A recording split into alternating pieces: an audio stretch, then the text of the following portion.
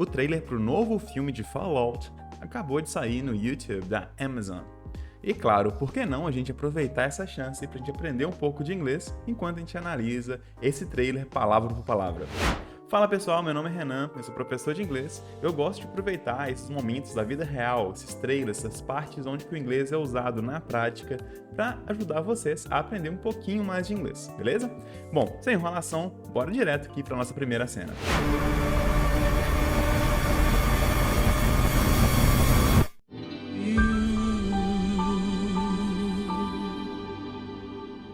Na verdade, pessoal, a primeira cena é só o nome mesmo, porque vocês estão ligados o que significa o Fallout? O que seria a tradução do Fallout?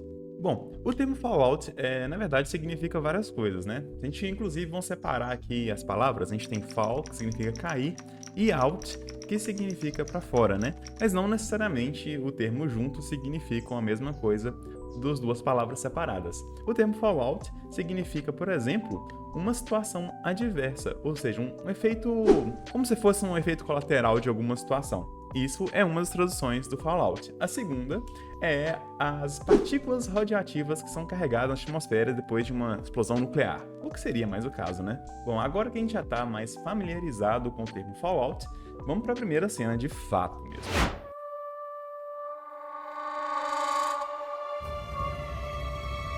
I know that I've lived a relatively comfortable life.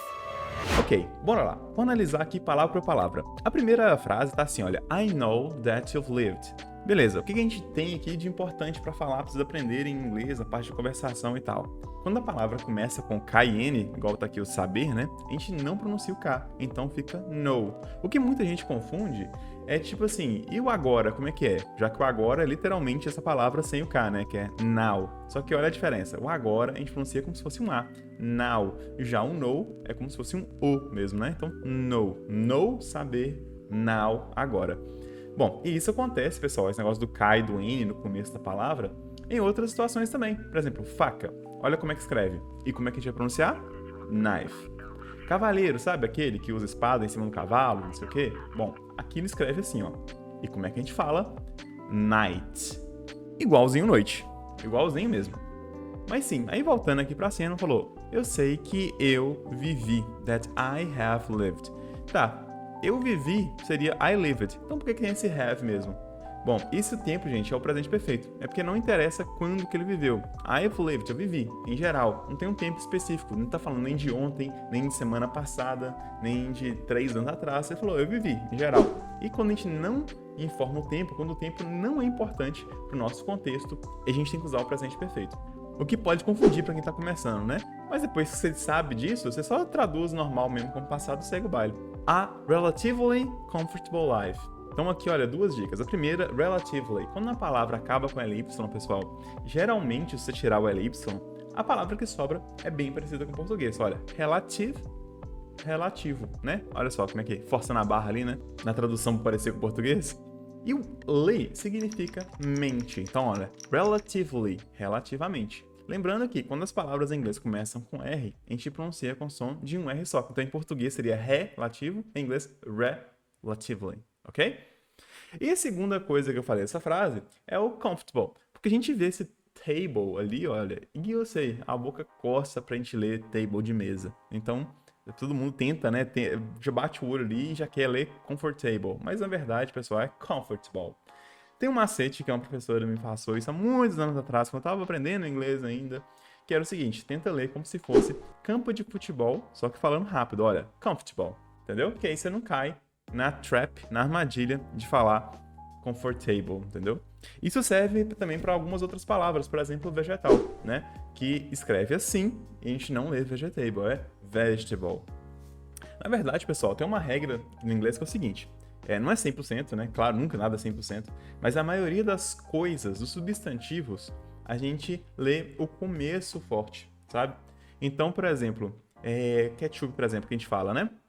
O molho. Em inglês a gente lê ketchup, porque é uma coisa, um substantivo, e o começo que é forte, ketchup. Então, esse tipo de coisa é muito útil quando você tem duas palavras parecidas. Por exemplo, o verbo alcançar escreve assim, olha, catch up. Só que olha a diferença, ketchup, porque aqui o começo que é forte, e catch up, porque embaixo, como é um verbo, a parte forte está no final.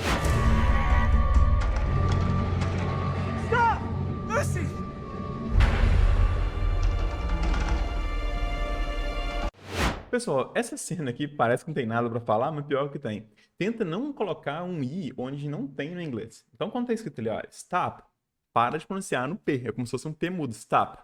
Não fala stop i, sabe? Fica muito feio, além de ficar errado. E às vezes até significa outra coisa, você fica colocando esses is no final dessas palavras onde que não tem mais nada, sabe? Por exemplo, sentar. Se a gente lê, sit. Porque se você colocar o i no final, meio que fica a pronúncia britânica de cidade, né? Então ficaria city, que é outra palavra. You need to go home. Vault dwellers are an endangered species. I do not think you would be willing to do what it takes to survive up here. O Vault, ele é a tradução crua dele, como se fosse um cofre, né? E o Dwellers é a palavra que a gente usa para habitante, morador e tal. E tá falando que eles são uma endangered species. Quer dizer, uma espécie em perigo, porque só o danger seria o perigo. Dangerous, perigoso, e endangered é em perigo. Então, por exemplo, aquele animal que está em extinção, com perigo de extinção, seria endangered species of extinction, por exemplo. I do not think you would be willing to do what it takes to survive up here. Olha só, pessoal, na primeira parte, ele colocou I do not separado. Tá errado? Não tá errado. Claro que não. Você pode colocar o don't se você quiser, que também não tá errado. A diferença é bem sutil, só que às vezes é importante. Porque quando você coloca separadinho assim, você deixa o not mais exposto, certo? Ou seja, você dá ênfase pro not.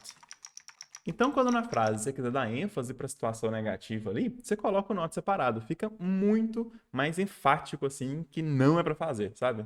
Por exemplo, assim, não abre a porta. Você fala, don't open the door. Ok, só que você fala, do not open the door. Fica muito, muito mais enfático. I do not think you would be willing to do what it takes to survive up here.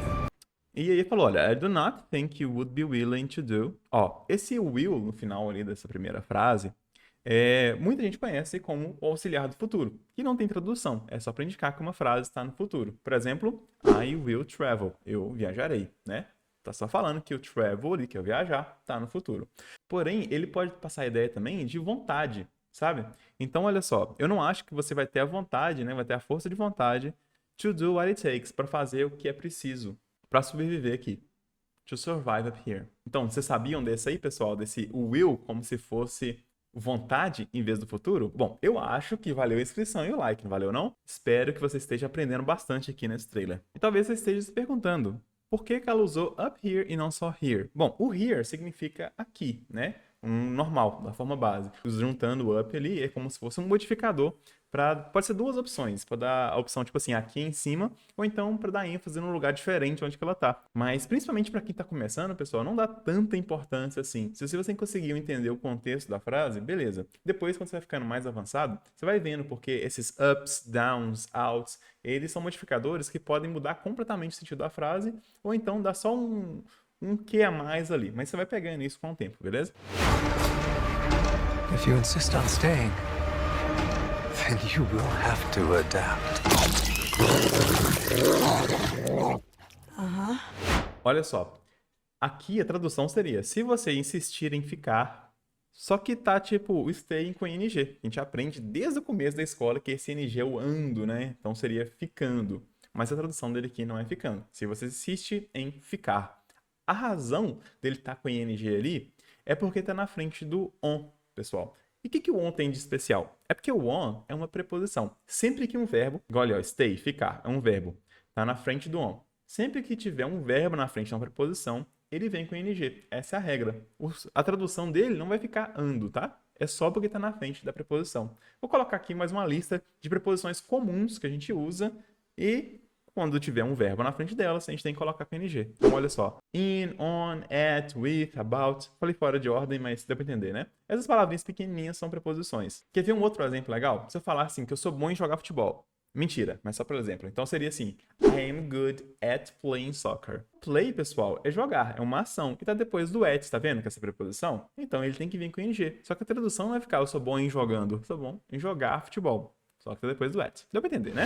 Bom, pessoal, espero que vocês tenham gostado dessa análise desse trailer e vão esperar. Vai sair em dia 12 de abril. Se você curtiu esse vídeo, talvez queira também assistir os outros vídeos aqui do canal. Tem link aqui também no comentário fixado, levando para alguns outros vídeos interessantes. Fechado? Falou, obrigado e até mais.